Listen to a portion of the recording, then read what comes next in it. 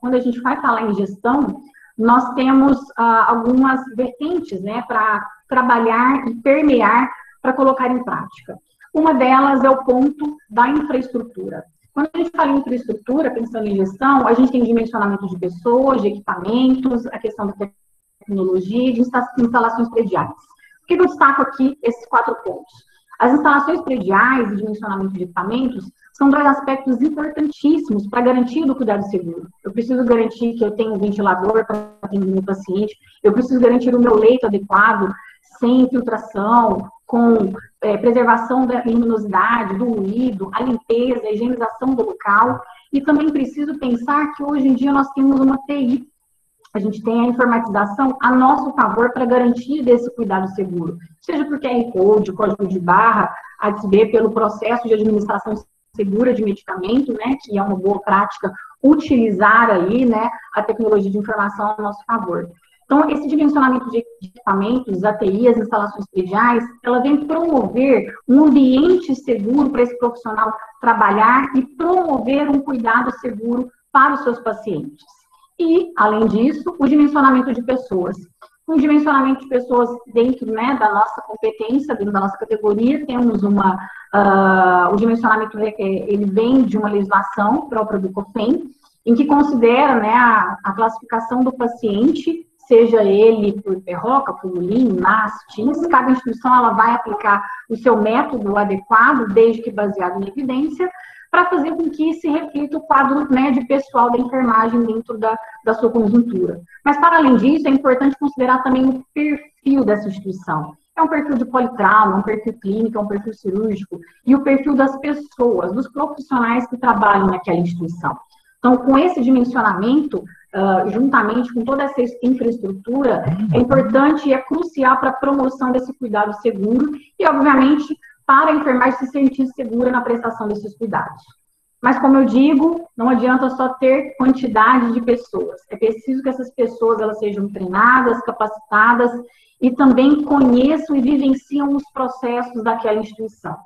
Considerando, né, os aspectos operacionais e estruturais da gestão de enfermagem, é relevante a gente participar e considerar o planejamento estratégico, os riscos relacionados a essa assistência, a cultura organizacional de segurança, as práticas baseadas em evidências e tudo isso sendo documentado de alguma forma.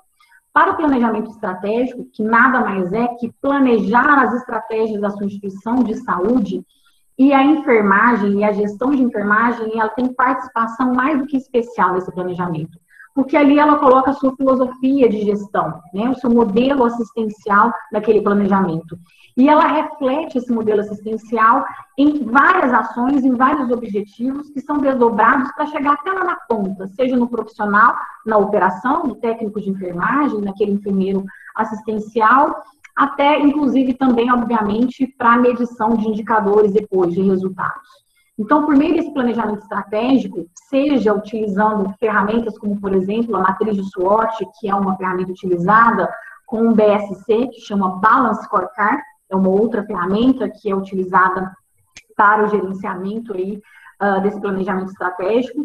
Outra ferramenta que é utilizada atualmente é o Canvas, ou Canvas, também ele reflete esse planejamento estratégico. O mais importante de ter essa ferramenta é fazer a utilização dela permeando aí as questões da segurança. Então, ter no planejamento estratégico objetivos que são pró a segurança dessas pessoas e pró a segurança dos profissionais.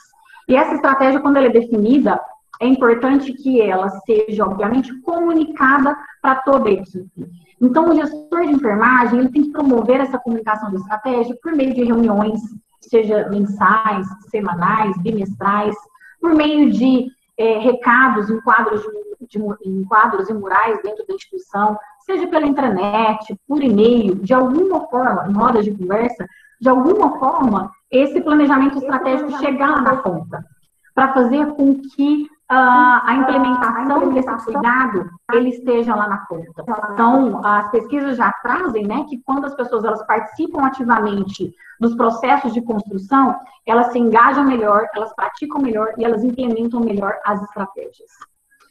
Além do planejamento estratégico, nós temos a gestão de risco, que faz parte, que sai no combo da questão do gerenciamento da enfermagem. A gente também tem várias ferramentas já comprovadas cientificamente, dizendo, a gente tem um modelo preditivo, que é quando a gente prevê quais são os riscos, né, voltados para a segurança do profissional e da segurança do paciente, que a gente tem que estudar e avaliar e medir na instituição, como, por exemplo, análise preliminar do risco, FMEA, ou auditorias que são realizadas dentro da instituição, e, obviamente, aquelas reativas, que é uma das mais utilizadas até então, que são as notificações de eventos adversos, trigger tools, e também uma ferramenta que é muito interessante, que eu destaco aqui, são as reclamações, né? A gente tem muitos serviços de ouvidoria, ou saques, que captam muitas informações, captam muitos eventos adversos, e que o gestor de enfermagem ele tem que olhar para essas reclamações com um olhar de possibilidade de melhoria, de oportunidade de melhoria. Então, por meio desses eventos que vêm, né, nessas reclamações, a gente pode melhorar aí a satisfação dos nossos clientes e melhorar os processos. Só para exemplificar, o FMEA, que é uma dessas ferramentas para gestão de risco, uma outra ferramenta que chama Green Yellow Cross, que é essa cruz em que os profissionais de saúde, diuturnamente, eles vão colorindo, né, se acontecer algum evento adverso, então essa cruz que corresponde aos dias do ano, aos dias do mês, ela vai ficando colorida e aí a gente tem, né, uma sinalização de qual o perfil desses eventos dentro daquela unidade. Outra ferramenta de extrema importância e que dá certo para a gestão de enfermagem é a SIPOC, que é uma metodologia de gestão de processos. Então, por meio desses processos, a gente consegue desenhar fluxogramas, desenhar aí como que devem ser realizadas as atividades dessa equipe de enfermagem para promover melhorias de segurança para o paciente. Outra ferramenta muito utilizada são os 5 porquês, né? Então, por que aconteceu esse evento, por que ele deu errado, quem estava envolvido, por que estava envolvido. Então, esses 5 porquês também é uma outra ferramenta muito utilizada para gerenciamento da enfermagem. Além dessas, outras ferramentas da qualidade, que também faz parte dessa gestão, exemplificando os que são mais utilizados, é o checklist ou folha de verificação. Uma delas é utilizada para o protocolo de cirurgia segura ou parto também seguro. Esse checklist também é muito bem adequado para quando a gestão de enfermagem vai fazer as suas auditorias em loco com a sua equipe. O Ishikawa, que é uma metodologia de análise de eventos, ela auxilia aí a procura da causa raiz desse evento adverso, fazendo com que a equipe mantenha essa gestão de riscos ativa e proativa. E o diagrama de Pareto também é outra ferramenta que acusa, que aponta quais são os principais problemas de gestão de enfermagem. Então, por exemplo, problemas relacionados à medicação, problemas relacionados à queda, problemas relacionados à broncoaspiração. Então, todas essas ferramentas, elas vêm para auxiliar o gestor de enfermagem a promover essas melhorias e um cuidado seguro.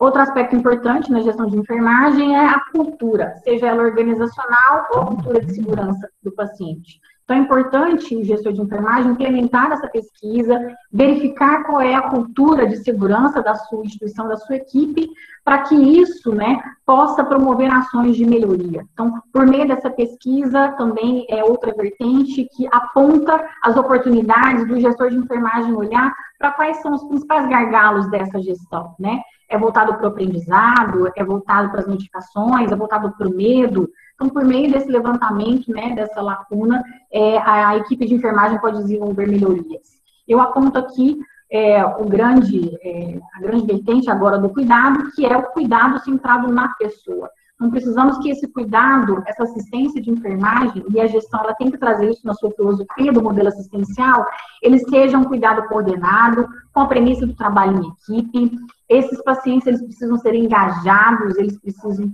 tornar patrocinadores do seu cuidado, e, obviamente, como uma campanha, né, que trabalha muito aqui no Brasil e fora também, a gente precisa pesquisar e se desvelar aí o que realmente importa para essa pessoa, seja ela o paciente ou profissional. E pensando em cuidado centrado na pessoa, a gente precisa desenvolver também utilizar outras ferramentas para fazer com que isso seja estabelecido. Então, trouxe outras ferramentas que têm sido utilizadas na parte da gestão de enfermagem, que é o Scamper, o Hurdles, o Teachback, o Show Me, o Ask Me, o I'm Safe e o CUSP.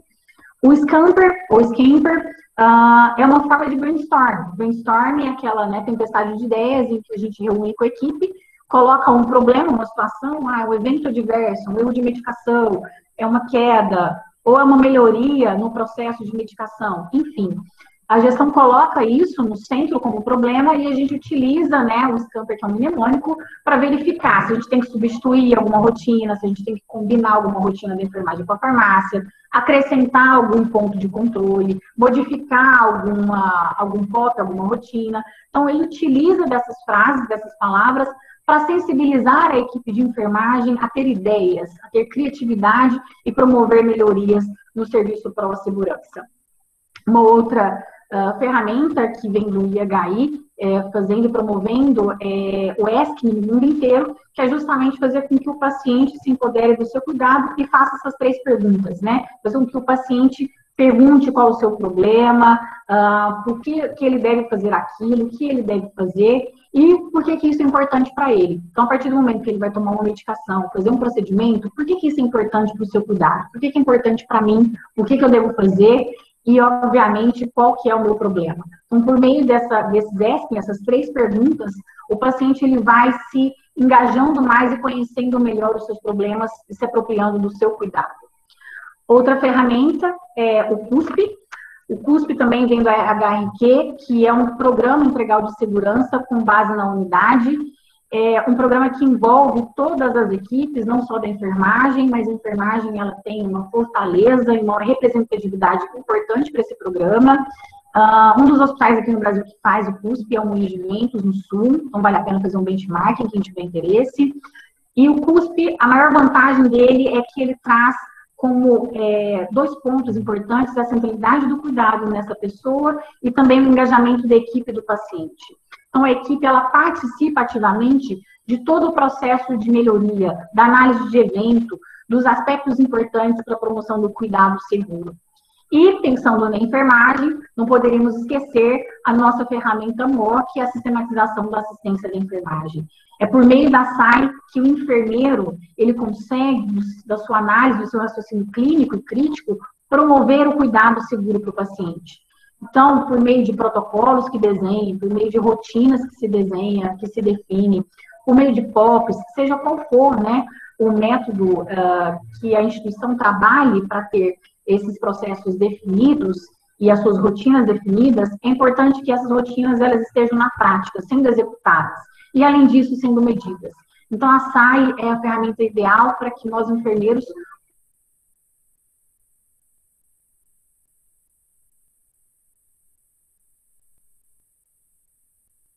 mais importante, né, é definir essas metas para o paciente. Então, temos NIC, NOC, NANDO aí, em especial para fazermos esse planejamento do cuidado seguro, para colocarmos em prática e evidenciar a nossa assistência para com o paciente seguro. E para fazer isso tudo, praticar essas ferramentas, a gestão de enfermagem ela tem que pensar sempre em envolver, em educar, em executar, em estimar e avaliar tudo que ela realiza, né, para esse engajamento da equipe.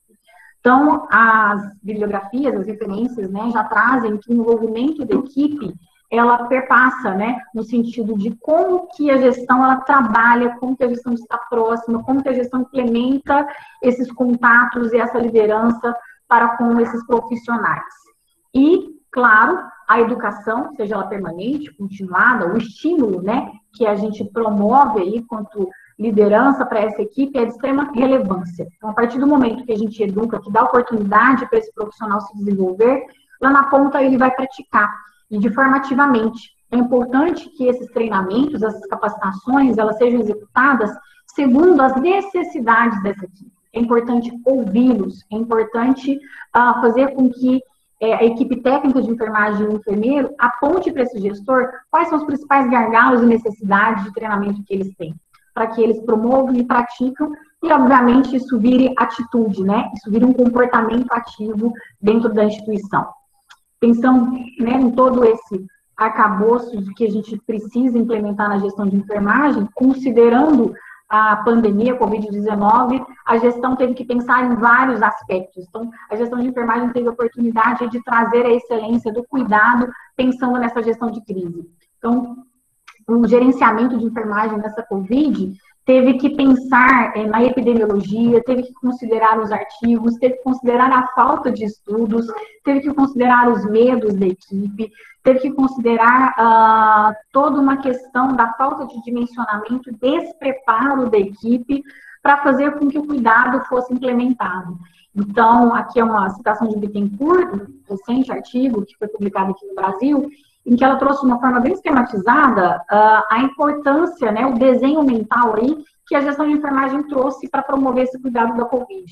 Então, teve mesmo que fazer interface da rede pública com a rede privada, teve sim que ter estratégias importantes e relevantes para o treinamento, e principalmente pensar nesse novo dimensionamento de pessoal, porque as áreas, né, as unidades, elas tiveram que assistir mais pacientes, então, aumentou muito. Eu, por exemplo, eu tinha uma UTI de 10 leitos, eu tenho uma UTI de 20 leitos na minha realidade, então tive que contratar pessoas que nunca estiveram no meu ambiente hospitalar, nunca estiveram com terapia intensiva, com paciente crítico, e em pouco tempo a gente teve que fazer, né, esse cuidado estar sendo, de alguma forma, seguro para esse paciente. Então, foi um desafio para a gestão de enfermagem e para as equipes, né, fazer todo esse movimento. E a literatura ela aponta, obviamente, para os EPIs, né, para a importância de se ter a luva, a máscara, a face shield, mas a gente vem trazendo a atenção para o EPI da segurança psicológica, né? Então, a saúde mental, a segurança psicológica, ela também é um cuidado individual, que precisa ser considerado, né, principalmente nessa questão de pandemia e também na questão de segurança do paciente, né? Quantos erros, eventos adversos provocam em medos, receios e traumas nos nossos profissionais de saúde. Então, é preciso considerar essa saúde mental e trabalhar cada vez mais. Até mesmo porque a vulnerabilidade, ela existe, né? E a vulnerabilidade, como diz Brown, não é ganhar ou perder, é ter coragem de se expor, mesmo sem poder controlar o resultado. Eu acho que essa frase, ela traduziu bem esse momento da pandemia que nós vivenciamos. E nós, como gestores de enfermagem, a gente tem que pensar muito bem no que é essa vulnerabilidade e de que forma que nós vamos cuidar dessa equipe tão exposta, tão vulnerável, seja ela na prática, seja ela em casa, seja ela no nosso convívio. Algumas medidas que foram apontadas para a gestão implementar aí esse cuidado da equipe de enfermagem foi a alegria no trabalho que o IHI trouxe. Vale a pena vocês acessarem, fica aí uma oportunidade. Essa alegria no trabalho é um instrumento que o IHI trouxe para promover aí o cuidado para com os nossos profissionais de saúde. Então, eu trouxe pequenas frases para vocês entenderem o arcabouço dessa ferramenta, que é necessário do gestor, da liderança, reconhecer e apoiar a equipe. Ninguém nunca passou pelo que nós estamos enfrentando agora. E juntos, né, nós vamos tomar medidas fazendo com que isso tudo tenha sentido e aprendizado para todos nós. É importante, então, reconhecer e apoiar essa equipe e, obviamente, ouvir as preocupações e as emoções, né? Então, diuturnamente, nós tivemos, quanto gestores, quanto líderes, que estar por perto, né? Que seja sentado, né, ali na beira do leito, junto da equipe, seja treinando, capacitando, ou seja, ouvindo, dando colo mesmo, né? Fazendo reuniões, pequenas reuniões em grupo, que é uma das ferramentas que a gente utilizou muito, que inclusive eu citei aqui na apresentação, que são os huddles. Então, nós fizemos pequenos huddles, que são reuniões breves de 10 minutos, por isso de plantão, com a equipe, para perguntar quais são as principais preocupações da equipe, né, principalmente agora na pandemia. Então, qual é a principal preocupação com os pacientes e da equipe para o cuidado do paciente? Então, desde preparo e despreparo, na paramentação, na desparamentação, seja um cuidado com os pacientes homônimos, que nós tivemos muito, seja o cuidado com pacientes jovens internando, e a gente vendo a dificuldade de se recuperar esses pacientes. Então, foi muito importante fazer esses huddles para que a gente ouvisse e promovesse dentro, né, desse plantão, dentro desse turno, algumas oportunidades de melhoria, ações mesmo terapêuticas para os pacientes. Fornecer e garantir o suporte adequado para essa equipe. Então, é importante que a equipe trabalhe junto, entender que ela nunca está sozinha, que a equipe nunca está sozinha e que realmente é um terreno novo para todos nós. Todos nós tivemos que aprender com a pandemia e tivemos que aprender a entender que o paciente, ele é seguro, ele fica seguro porque nós profissionais estamos seguros também. Então, quando o profissional se sente seguro e ele olha para si, ele consegue reverberar isso no paciente. E só para compartilhar, uma das atividades que nós realizamos aqui, né, atualmente na instituição, foi trabalhar os sentimentos da equipe de enfermagem. E todos eles se preocuparam com o outro, com o paciente. Nenhum se preocupou com si. Nenhum trouxe a pessoa, o mais safe aqui, para a segurança, para o primeiro lugar. Todos traziam sempre o paciente. E a gente fez exatamente essa troca de cadeira, a gente fez essa reflexão, que eles eram muito importantes, tanto para o paciente, quanto para os familiares, quanto para a instituição. Então, a gente tinha que considerar, sim, ele como uma pessoa relevante, né? Ele como a primeira pessoa para se cuidar, e não só o paciente. E nesse sentido, as estratégias que o IHI trouxe foi na vertente do indivíduo e na vertente da liderança. Então, trazendo aqui traduzido, fazer com que as equipes de enfermagem, né, atendam às suas necessidades básicas. Então, se o profissional estava precisando de uma pausa, estava precisando de conversar, pausar, virasse, chamasse o colega, chamasse o gestor, chamasse a liderança para conversar um pouquinho, para compartilhar um pouquinho da dor, do sofrimento. Ter um companheiro de batalha. Esse companheiro pode ser em loco, um profissional, um colega mesmo, ou família, fazer ligações, ligar de vídeo. Hoje a internet proporciona, né, e esse é o novo normal aí, para que nós pudéssemos aí interagir melhor, porque o distanciamento, o isolamento social, ele trouxe muitas perdas, né? A perda de ir ali, de ir e vir, a perda da liberdade, na verdade. Então, isso mexeu muito com as equipes, conosco, né, com os profissionais, e ter esse companheiro, essa possibilidade de ligar, de comentar e de contar como foi o trabalho ou o dia, é uma experiência que vale a pena ser vivida e vale a pena ser compartilhada. Permanecer conectado, ou seja, sempre estar, né, com a equipe, discutindo, comentando, vivenciando e compartilhando esse momento. Falar e compartilhar sempre. Considerar que o que se faz, principalmente agora na pandemia, é um serviço de honra. É muita honra nossa fazer e prestar esse serviço agora em plena pandemia. Então, a enfermagem como protagonista desse cuidado. E olhar para o futuro, que isso vai minimizar e que isso vai terminar até daqui a pouco. Né? Então, olhar para o futuro faz um movimento positivo. Ontem mesmo, né, nós estávamos usando em uma aula do hospital vestimentas apropriadas, né, o pijama mesmo. E aí, a gente deixou de atender Covid e nós autorizamos eles a vestirem o uniforme normal. Ficaram tão felizes porque eles deram esse sentimento de tudo estar voltando ao normal, né, aos poucos. Então, pequenas coisas modificam realmente na mentalidade, no coração, nos sentimentos dessas pessoas. E quanto líder, é preciso dessa liderança estar presente, comunicar de forma efetiva, deixar claro o objetivo do atendimento, o objetivo da instituição, como que é o jeito de cuidar desses pacientes, garantir treinamentos, capacitações, retiradas de dúvidas, sejam elas sobre o atendimento, ou seja elas sobre o uso de um equipamento, garantir equipamento, infraestrutura, que eu já comentei anteriormente, incentivar o autocuidado dessas pessoas, como eu disse, a gente esquece do autocuidado, mas promove o cuidado do outro, se cuidar e ter uma mente construtiva, que acreditar em dias melhores e fornecer, obviamente, frases positivas para a equipe. E nesse sentido, considerando essa ferramenta do IHI, é importante perguntar para esse profissional, o que é importante para você?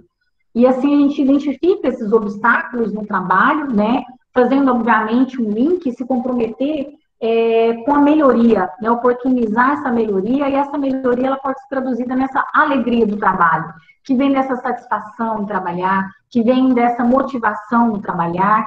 E uma coisa importante, considerando a alegria no trabalho, que é essencial nesse período de pandemia, é justamente no final do dia perguntar simplesmente o que foi que te provocou aqui no trabalho hoje uma alegria, uma palavra. Então, são várias respostas que a gente tem, né? Seja um lanche que alguém forneceu, né? Um pão de queijo assado na hora, seja um bilhete, um recado do paciente que foi embora de alta, né? Alguma cortesia. Então, enfim, são vários cuidados que podem promover essa alegria e trazer, né, mais equilíbrio para o ambiente, mais satisfação e mais cuidado para esse profissional, promovendo, assim, melhorias no cuidado do paciente. E nessas melhorias a gente precisa pensar na ciência da melhoria. Então, por que não considerar a ciência da melhoria como uma ferramenta essencial nessa gestão de enfermagem? A gente precisa entender o que não está legal, o que está ruim, os pontos que a gente precisa melhorar, o que a equipe pode fazer para melhorar, de que forma que ela vai melhorar, e, obviamente, conseguir implementar essas ações pensando na ferramenta do PDSA.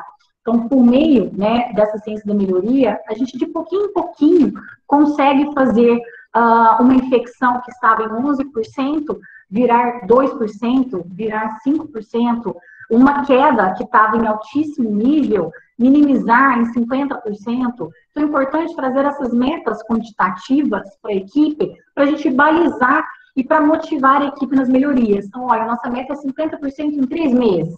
Chegou em fevereiro, nós alcançamos 25%, só falta 25%.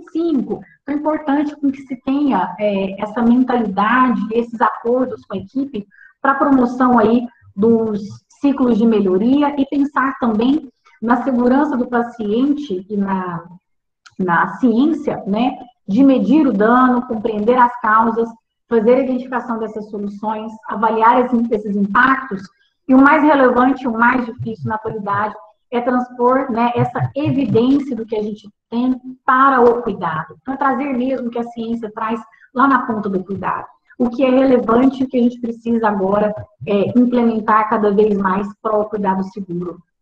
E, para finalizando aqui, a questão da gestão de pessoas, que é outro aspecto importante da liderança, em que a gente tem, obviamente, um processo de recrutamento, seleção, e pensando na Covid, nós tivemos uma movimentação de pessoal intensa, né?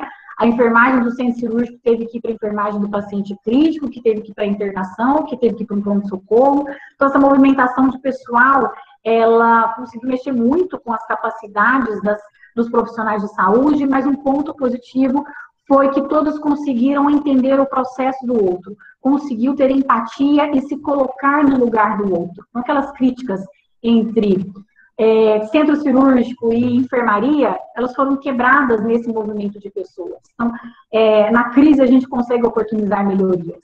A avaliação de desempenho, ela consegue e vem, né, como ferramenta para a gente avaliar o desempenho dos nossos profissionais, fazendo, assim, um plano de desenvolvimento desse indivíduo, né? Então, a gente consegue levantar aí os principais aspectos para essa pessoa desenvolver, seja no foco na atenção, seja no trabalho em equipe, seja na empatia, seja no conceito do cuidado centrado em pessoa. Então, a avaliação de desempenho, ela vem como ferramenta para o gestor avaliar esse profissional e promover desenvolvimento dessa pessoa. Considerando também a saúde e segurança do trabalhador, então nós temos não só o gestor de enfermagem olhando para essa segurança, mas nós temos uma segurança do trabalho, que é o SESMIT, temos CIPA, temos um serviço de controle de infecção, temos biossegurança, temos todo um arcabouço pró aí a gestão dessa segurança do trabalhador. Então, é muito importante que a instituição ela tenha isso implementado. E uma das formas de executar isso são rondas diárias, né, das equipes da CIPA, do SESMIT, fazendo visitas em loco, para perguntar se o profissional tem dúvida, se ele está usando os EPIs corretamente, e de apoiar essa equipe pró ao seu cuidado seguro. E trouxe aqui para destacar, a gente teve muito caso agora da lesão por pressão por dispositivo médico, né? As máscaras provocaram várias lesões, então foi interessante, e é interessante ainda as instituições monitorarem isso, promover esse cuidado e conceituar, né, agora mais do que nunca, a necessidade do cuidado dessa lesão pró, não só ao paciente, a lesão por pressão, mas também pró ao profissional.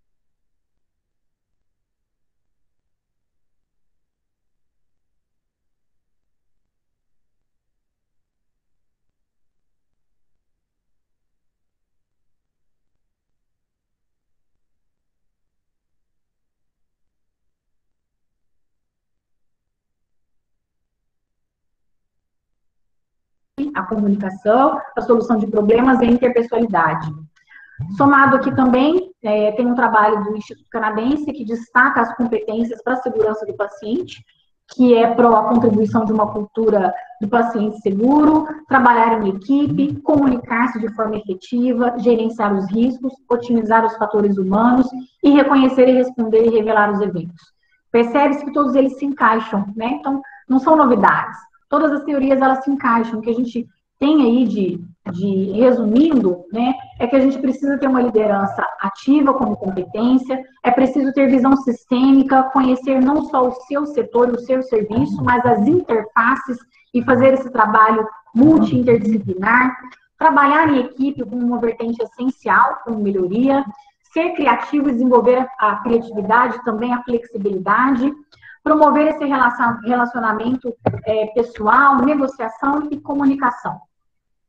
E aí eu destaco, então, para a liderança ser guardião desses métodos, trabalhar com honestidade, promover metas em equipe, e destaco aqui duas frases, né, que não importa os desvios durante a jornada, importa a segurança em refazer os caminhos mal percorridos.